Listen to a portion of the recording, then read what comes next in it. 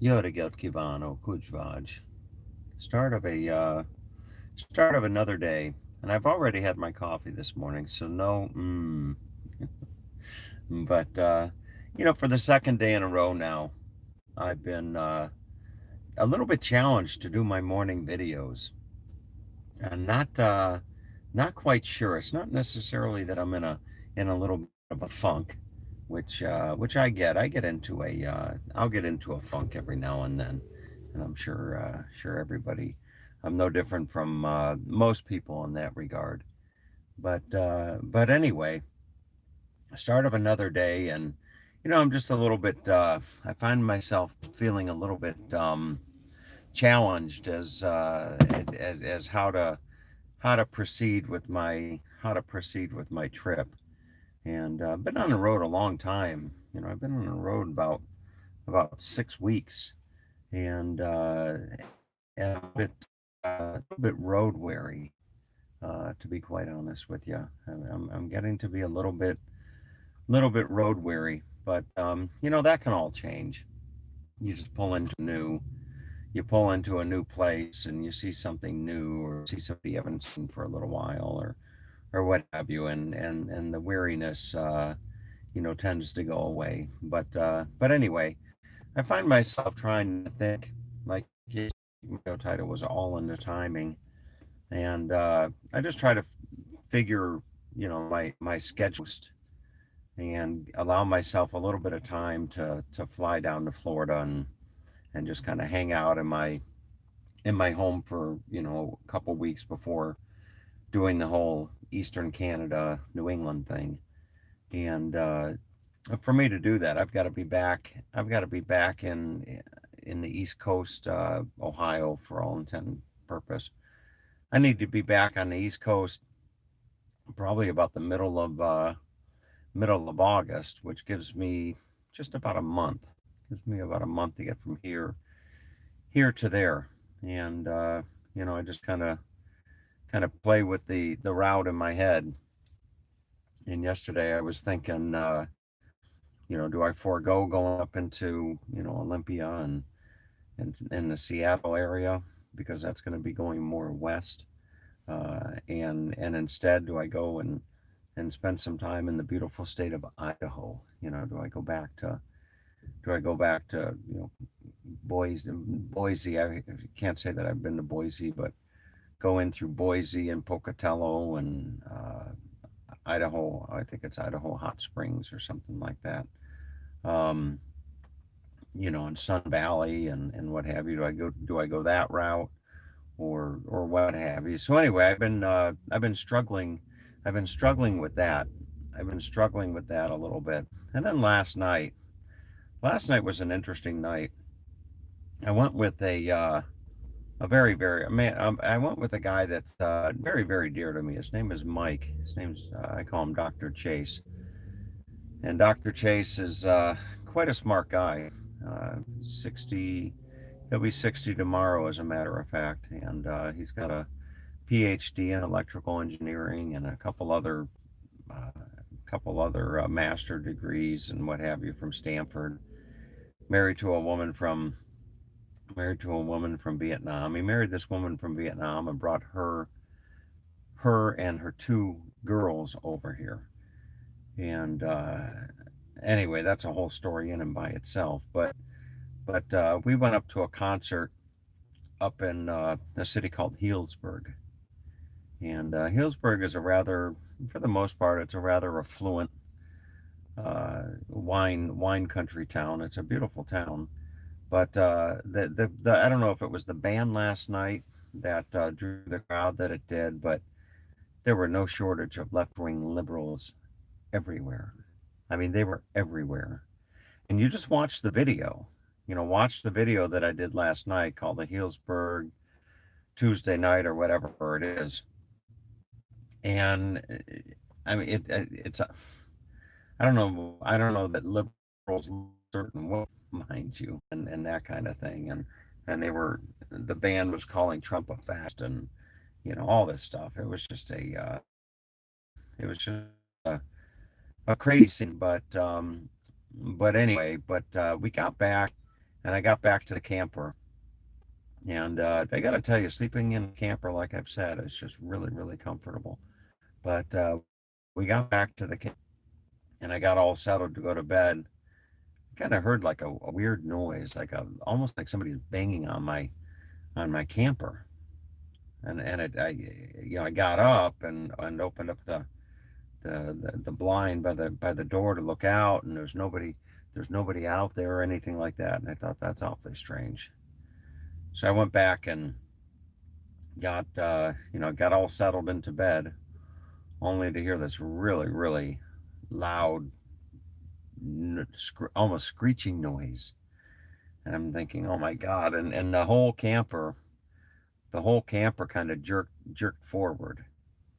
And basically, long story short, on the camper, at the front of the camper, there's this jack, if you will, and it's kind of like a big pole with a base on the bottom, and the pole lowers, and it's battery operated, but the pole at the front of the camper will lower, to stabilize the camper when you're parked and unattached from the garage or unattached from the car.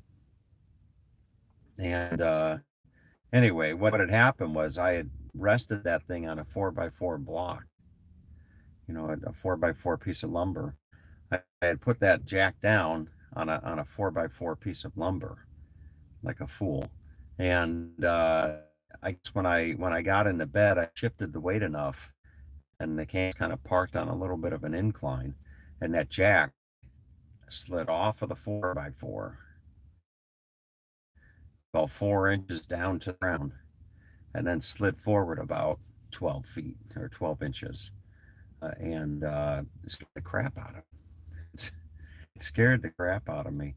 But anyway, and to the story about all types of you don't have to look very far in California these days to read up about the earthquakes. And that's one thing about living in California. It's always in the back of your mind.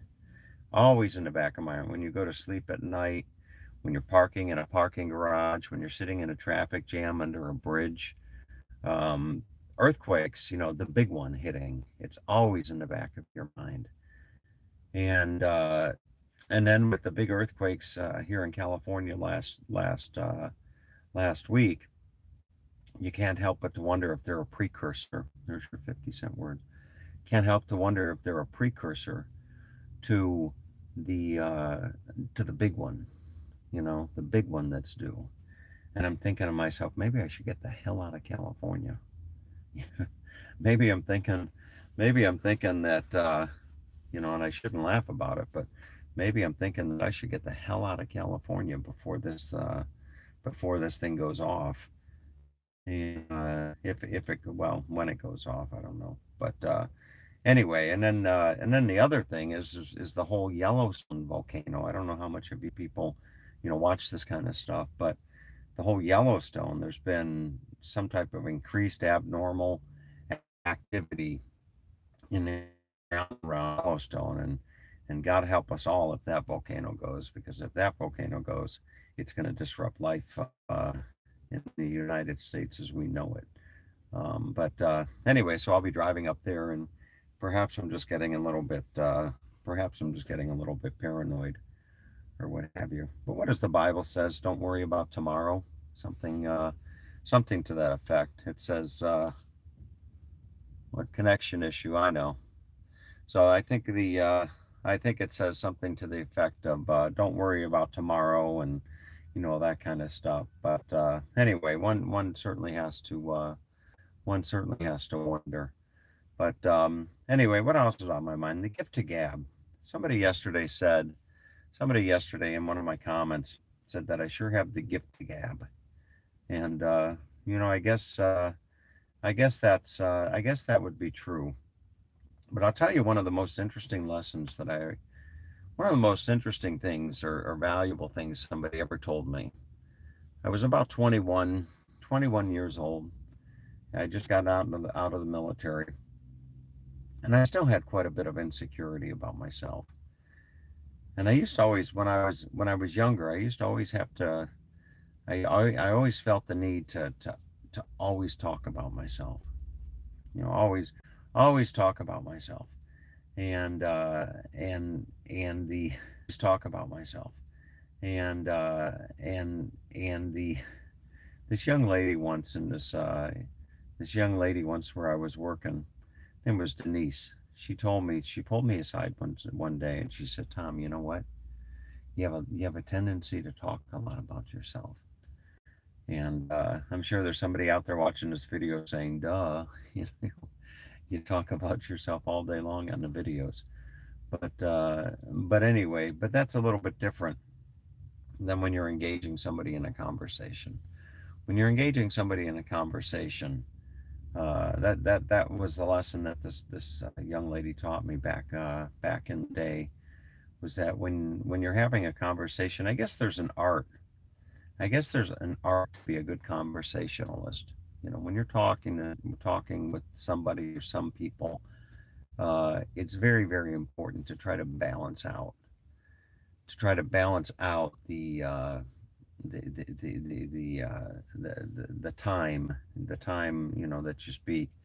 And one thing that I've learned over the years is that people's favorite topic when you're engaging somebody in a conversation, you know, like especially like in a sales capacity or something like that, when you're engaging somebody in a conversation, the number one thing that people like to talk about is themselves.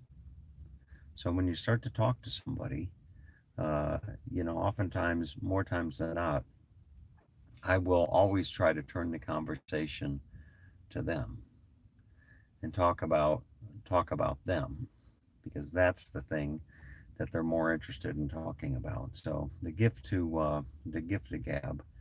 But anyway, so that's about it. That's about it for my thoughts today. And you know, those of you that follow me every day and watch my morning thoughts every day. You know, if I don't do the morning thoughts, if I start, if there's anything wrong or anything like that, it just means that I need a break. Or so, probably people that, you know, I have one of the thoughts. But anyway, so that's about it, folks. I hope everybody out there has a great day. Okay, tomorrow I get my trailer fixed. Tomorrow I get a new axle on the trailer, and even though I have 2 more nights at the campsite here in Santa Rosa, I may just get that trailer fixed and just forego the next night and start heading north. We will see, as the saying goes.